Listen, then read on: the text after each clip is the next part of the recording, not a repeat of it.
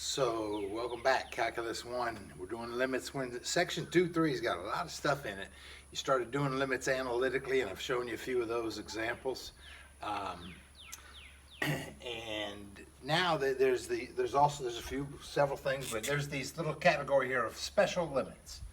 And so here's one. The limit as x goes to 0, sine x over x is a 1. I'm gonna put that in a box. They sort of put it in a box. They call it a special limit, a special theorem, and we just use it as a true fact. Now the truth is, we sort of proved this earlier, and we did it numerically. We plugged in some little numbers close to 0, and we proved that this was a 1. You can also prove it using the squeeze theorem. I'm not too interested in that, but the book does that. But we just use this now. The sine x over x, as x gets small, I mean, you don't say the sine x over x is not a 1, but when x gets really small, as x heads towards 0, the limit of this, as x approaches 0, is 1, and we can call it a 1. By the way, if you plug in a 0, it's 0 over 0 at the moment. Here's another one. If you plug in a 0, you get 1 minus 1. The cosine of 0 is a 1, so that's a 0 over 0.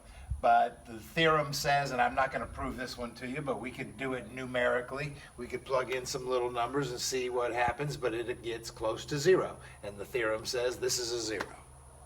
So we might use that in some other exercises. And this is an interesting one. This is kind of this is very famous. This is the definition of the number e. Again, I'm going to leave it to you to explore this if you want to. Do it numerically. Plug in some small little values for x, 0.1, negative 0.1, and try to evaluate this with a calculator and see what you get. You should get 2.71828. You should get something close to the number e. That's the number e. So anyway, 3 special limits. My homework questions, and there's homework questions involving any of this, but my test questions, my quiz questions usually focus on this one. Here's one. So I got a few examples here. So here's an example. So here's the deal. You know, it's got to be, x has to be headed towards 0, and then the argument of the function is what I call that x. That's the input to the sine function, has to match this x down here. So this x has to match this x, and if they're both headed towards 0, we can call this a 1. Well, I don't have it. I got a 4x and I got an x. And you cannot take the 4 out of there. That's bad algebra, bad trig. Don't do that. What you could do is insert a 4 in that denominator. I can just multiply by 4 in the denominator. Now, the only legal way to do that is multiply by a 4 in the numerator. And I can actually slide that 4 out in front of the limit if I wanted to. So I multiplied by a 4 in the numerator and a 4 in the denominator to manipulate this into what I want. Now I have this quantity, x goes to 0, this 4x goes to 0, the 4x matches this denominator 4x, it goes to 0, it now fits the theorem. It does fit the theorem, and I can call that 1. Wait a minute, times 4. So it's 4 times the answer to this limit, which is 1, so the answer is 4. This one's worse. Let's try this guy. By the way, step 1 of doing these limits is plug it in and see what you get. What we get is the tangent of 0, which is 0, squared is 0 over 0. 0 over 0, it's classic. We always get this 0 over 0, and we got to figure out a way to fix it. So I think I can figure this out using one of these theorems. What I need to do, though, is take tangent and probably rewrite it as sine over cosine. Let me play around here a minute. If I write it as, let's see, sine x over cosine x. Oh, by the way, it's tangent squared. So it's a tangent times another tangent. So there's one of my tangents times another tangent. You with me on that? That's a tangent times a tangent. That's a tangent times a tangent, all over x, which is, it's over x, which is like x over 1. I think I want to flip that up and call it 1 over x. I'm still out here with a limit as x goes to 0. So I've totally manipulated this. Let's see what I got here. I've taken the limit as x goes to 0.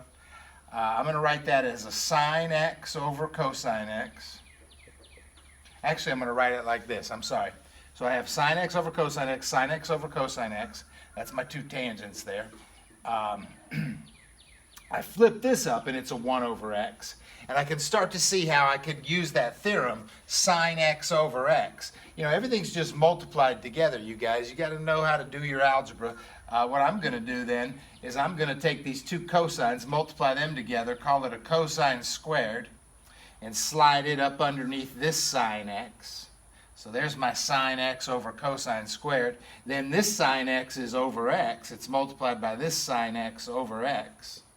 And when you do the limit of a product, I never mentioned this too well, but you're allowed to do the limit of both of them separately. And so according to the theorem, if I do this limit, according to the theorem, what is that? That's a 1. And if I do this limit, I get the sine of 0 over the cosine of 0 squared. Well, it turns out the sine of 0 is a 0, and the cosine of 0 is a 1. Now, we've been having this problem with 0 over 0. I don't have that problem now. I got a 0 over 1. 0 over 1 is not confusing. 0 over 1 is 0. So this turned into a 0. The theorem told me this was a 1. Anybody know what 0 times 1 is? Good job.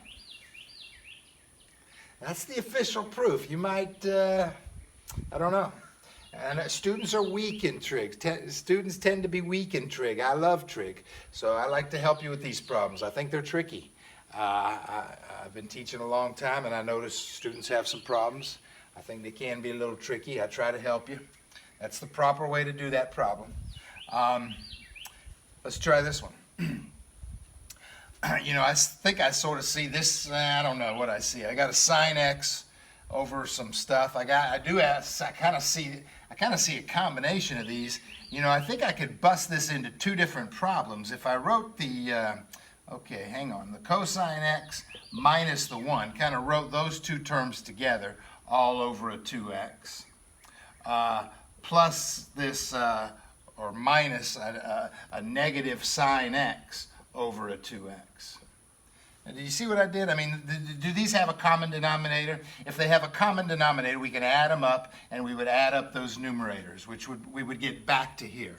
So I uncommon denominatored it. I split it up. I split up the numerator into two separate fractions. And I'm doing the limit of the whole thing, but again, what I'm allowed to do is I'm allowed to do the limit of this guy, and I'm allowed to do the limit of this guy as x goes to 0.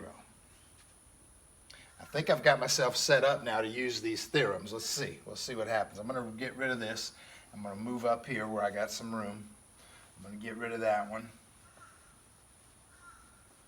I'm going to get rid of this one. Sorry.